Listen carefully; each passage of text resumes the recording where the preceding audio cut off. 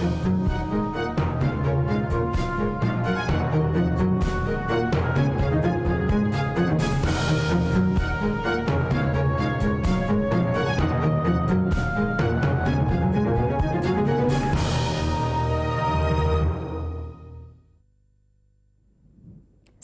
thank you for joining us on Newsline for Thursday, February 20th of 2014. My name is Sandra Hanutsaha.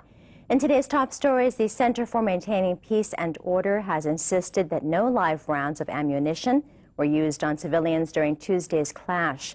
And in business news, the Thai tourism sector is expected to lose 90 billion baht if the political impasse drags on until April.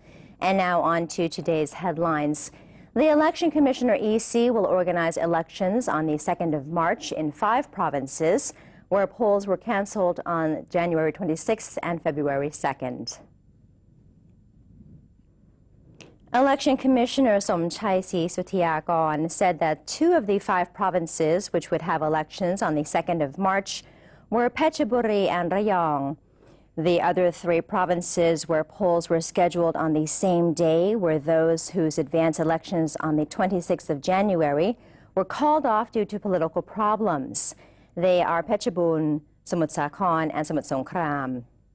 Mr. Somchai expressed confidence that the EC was able to make preparations for the March 2nd elections immediately, and the situation had already returned to normal in the 5 provinces. However, if the elections were disrupted again, they could be postponed as allowed by Section 78 of the Constitution. The Civil Court has decided not to revoke the emergency decree, but prohibits the government from executing a crackdown on protesters. The Civil Court opened its verdict hearing on the case filed by core leader of the People's Democratic Reform Committee, or PDRC, Tawon Seiniem, against government officials over their abuse of authority in declaring the state of emergency in Bangkok and nearby provinces. The plaintiff claimed that the officials, who consist of Prime Minister and Defense Minister Yingluck Shinawatra, Chief of the Center for Maintaining Peace and Order Chalom Yubamrong, and National Police Chief Adun Sangsengkao, had imposed the emergency decree without legitimate reasons. On a majority vote of 3-2, the judges ruled that the emergency decree could remain in place, given the government, as the administrative body, had the power to activate this special law to resolve emergency situations. However, since the decree was imposed specifically to control a group of people who were demonstrating in accordance with their constitutional rights, the court decided to issue a set of restrictions on the government's operation. For instance, the government is not allowed to order a protest crackdown, confiscate the protesters' belongings, search or dismantle their shelters, close certain transportation routes, or limit access to protest sites. The criminal court has granted arrest warrants for 5 more leaders of the People's Democratic Reform Committee, or PDRC, for their obstruction of the advance election on January 26th.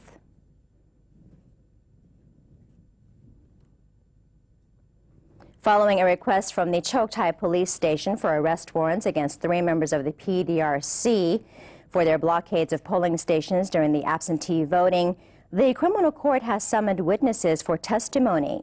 The judges then deliberated and viewed that there were sufficient grounds to the allegations. The arrest warrants were therefore issued as requested. The 3 wanted individuals are Mr. Puttipong Punakan, Mr. Thinakorn Plotpai, and Mr. Sombat Taprayun. At the same time, the court also approved another request for arrest warrants against PDRC core leader Samran Rodpet and one of his colleagues. The 2 reportedly played leading roles in the disruption of advance voting in areas under the supervision of the Dusit police station. The 5 PDRC core figures under arrest warrant could face a punishment of 3 years in prison. Once arrested, authorities will be required to file a report with the criminal court in 7 days. Mr. Puttipong and Mr. Samran have also been on the wanted list for emergency decree violations. The Center for Maintaining Peace and Order, or CMPO, has insisted that no live rounds of ammunition were used on civilians during Tuesday's clash at the Panfa Bridge. CMPO Secretary General and Department of Special Investigation Chief Tarit Pengdit condemned unidentified armed men who used lethal weapons, including high-explosive hand grenades, M79 grenades, high-velocity sniper rifles, and handguns on protesters and police officers.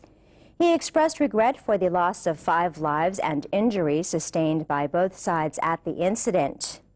Mr. Tari claimed that the People's Democratic Reform Committee, or PDRC, had allowed these armed men to enter the protest site to combat security forces. The CMPO Secretary General made known that the police officers were unarmed and only used their shields, batons, and rubber bullets during their operation. No violent force was used to disperse demonstrators. He has further accused PDRC leader Suthep Thaugsuban of fabricating a false account of the incident and of doctoring images before sending them to press members.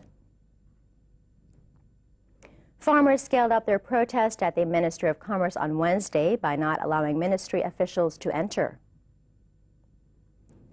Some of the farmers also traveled to the Defense Ministry Permanent Secretary's office and joined with the People's Democratic Reform Committee in pressuring Prime Minister Yingluck Shinawatra to resign. The group then returned to its main rally site at the Commerce Ministry. Deputy Commerce Minister Yang Yongpong-Rat, meanwhile, indicated after a meeting with farmers' representatives and rice mill owners that the meeting had come up with 3 measures to aid farmers who remained unpaid under the mortgage scheme. One of the proposals was to have members of the public who wished to help the farmers visit the Bank for Agriculture and Cooperatives, or BAAC, to make deposits, so the extra liquidity can be used to pay the farmers. Another proposal was to establish a fund to collect donations from those wishing to help rice growers. It was also suggested that the government use the tax money collected from rice traders to contribute to the fund. In the future, such a fund might be developed into a bank dedicated solely to servicing rice growers. In the meantime, the Ministry of Commerce would work to sell no less than 1 million tons of rice each month. The Government Savings Bank made known that a total of 48 billion baht has been withdrawn from the bank during the past 2 days. Customers have been heading in droves to the bank branches to withdraw their deposits in protest of the GSB's reported plans to extend loans to fund the cash-strapped rice pledging scheme.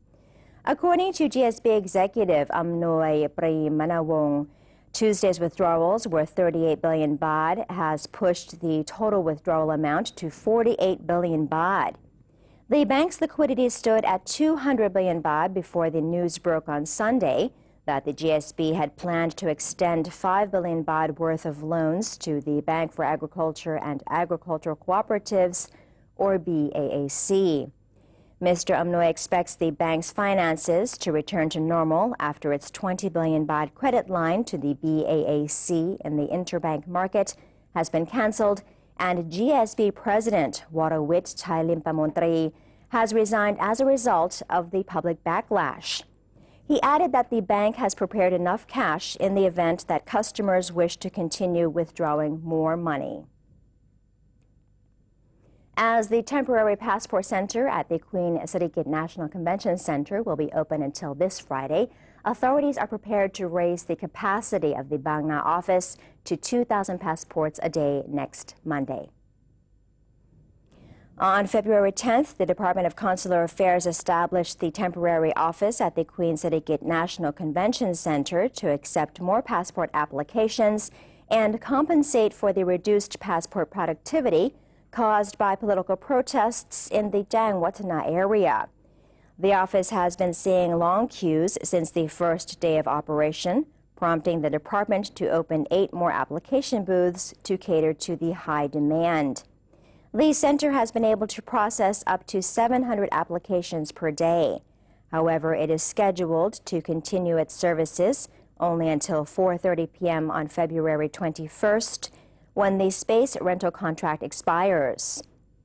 In order to ensure sufficient services for people in Bangkok and its vicinities, the Department of Consular Affairs has revealed that it will accelerate the processing capacity of its Bang Na office from 1,200 applications a day to 2,000, starting from February 24th onwards. The first application will be accepted at 8:30 a.m., and each passport will be delivered by mail only and will reach its destination within 7 working days.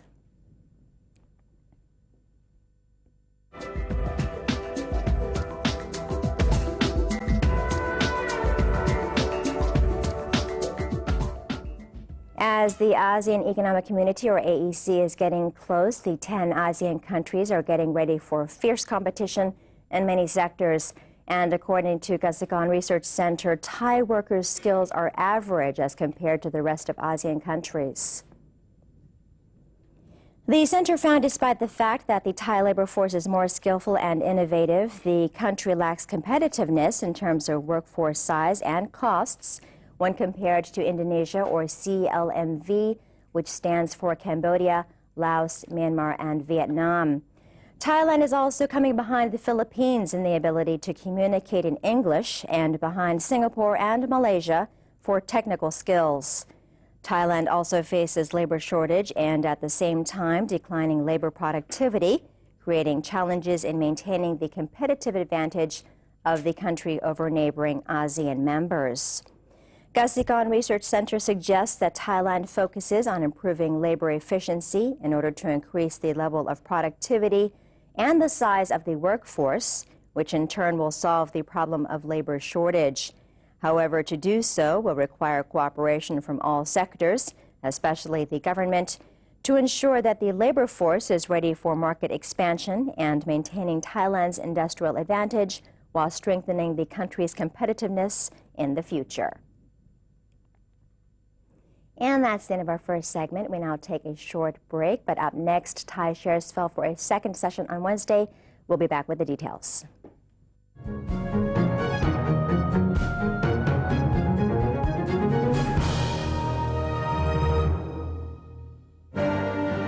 Open the world of information. Embrace public participation. Present Thainess to the world. New dimension of the government's public relations. The 80th anniversary of the Public Relations Department. Creative media for the society. Mobilizing Thailand towards the ASEAN community. เมื่อมนุษย์ทำลายสมดุลทางธรรมชาติ และมนุษย์ก็เป็นผู้ประสบภัยพิบัติจากธรรมชาติร่วมสร้างอนาคตลดภัยพิบัติระดมพลังพลิกฟื้นคืนผืนป่าในทุกชุมชนทั่วประเทศ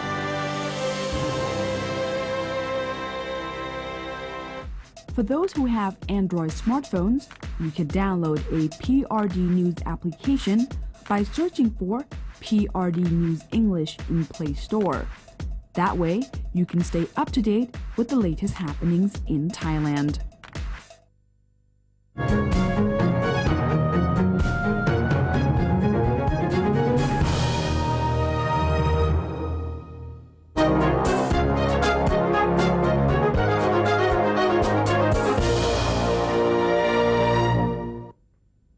Welcome back. You're watching Newsline, and first up in our business news, Chief Marketing Officer of the Stock Exchange of Thailand, or SET, Pakon Pitatawachai, has indicated that the recent phenomena of massive cash withdrawals and account closures at the Government Savings Bank, or GSB, bear no effects on shares of commercial banks.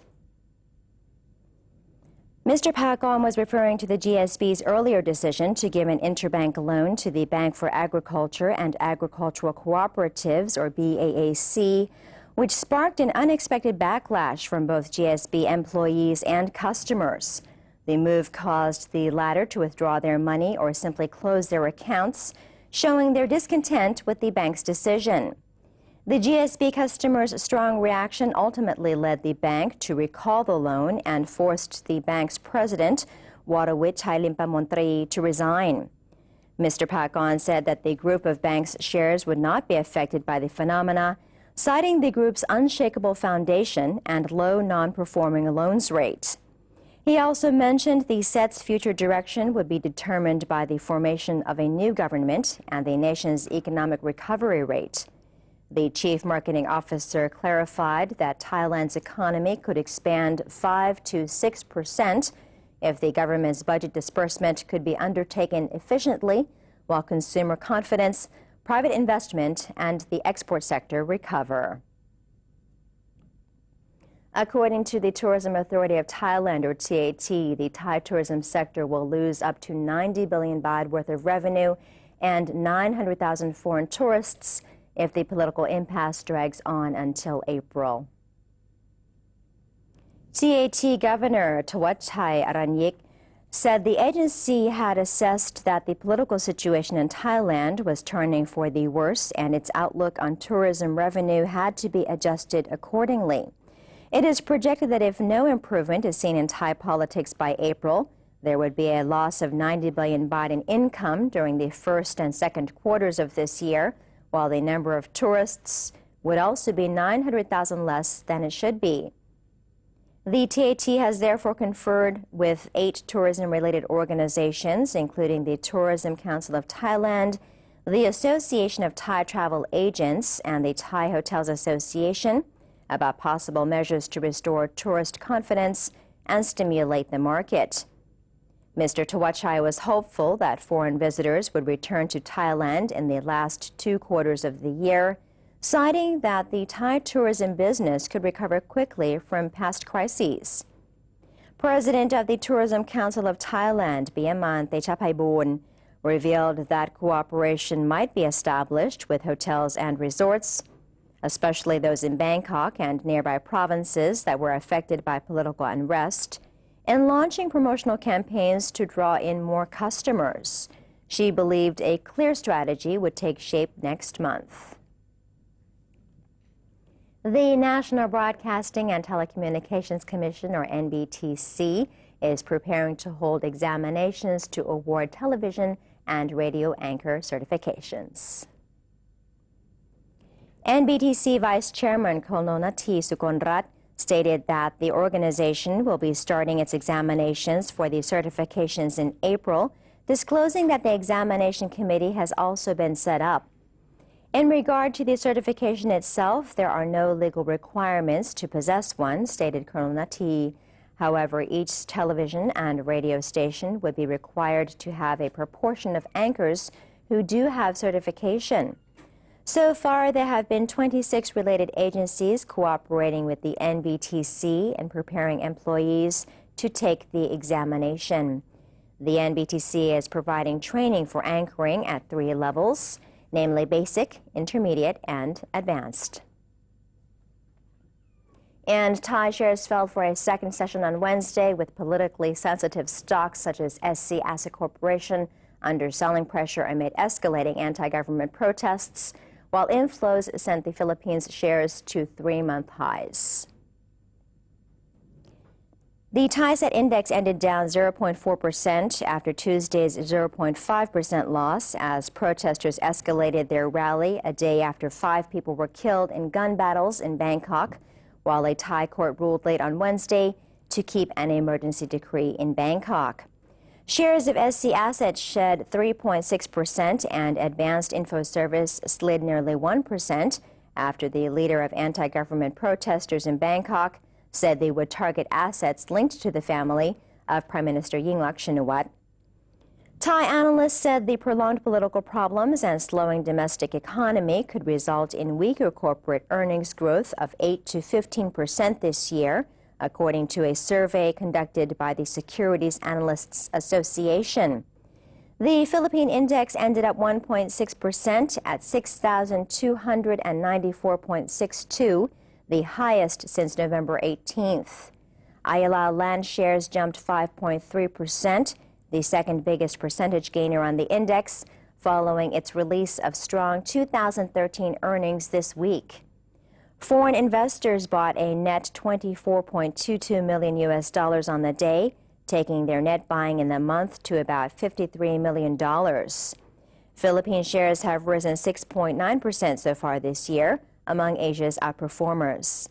Stocks in Singapore, Malaysia, Indonesia, and Vietnam rose in line with broader Asia, with MSCI's broadest index of Asia-Pacific shares outside Japan trading 0.24% higher. And before our next break, let's have a look at the exchange rates and commodity prices.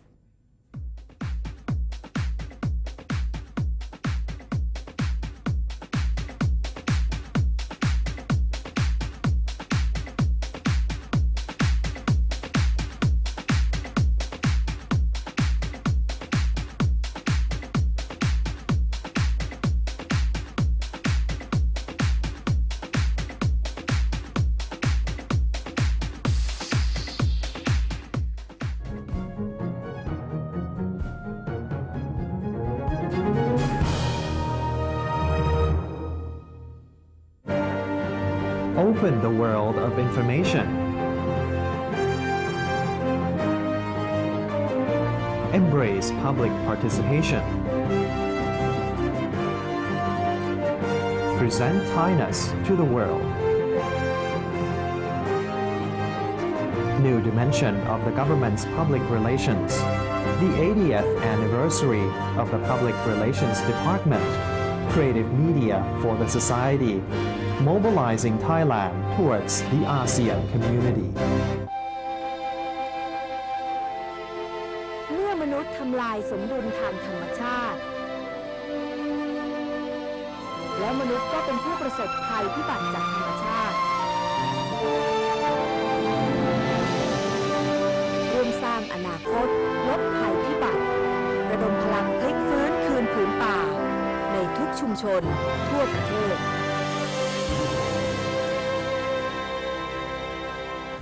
For those who have Android smartphones, you can download a PRD News application by searching for PRD News English in Play Store. That way, you can stay up to date with the latest happenings in Thailand.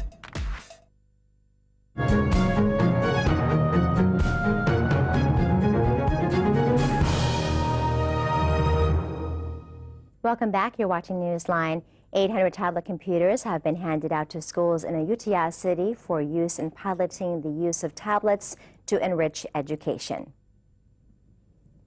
Ayutthaya City Mayor Somsong Sapakosongkun and other executives from the Paranakhon Ayutthaya municipality hosted the event to hand over the 800 tablet computers to 8 schools under the jurisdiction of the municipality. Along with the tablet computers, 2 million baht worth of 47-inch televisions and long-distance education equipment were also given to the schools. Under the pilot project, the tablets will be used by children at the Prathom 1 and Mathayom 1 levels in the upcoming school year. With the tablets, the government hopes to use information technology to foster student development and promote student-centered approach to education, as well as lifelong learning. And that's it for today's edition of Newsline. For any comments or suggestions, please feel free to email them to us at newsline.nbt@gmail.com. You can also follow us on Facebook. Just simply type in NNT or check out our website at thainews.prd.go.th/newsing. And we're going to say goodbye with a wedding like no others, where some of the guests are not humans. They are actually elephants, and this is in the province of Lampang. Have a great day. I'm Sandra Hanut Saha. สวัสดีค่ะ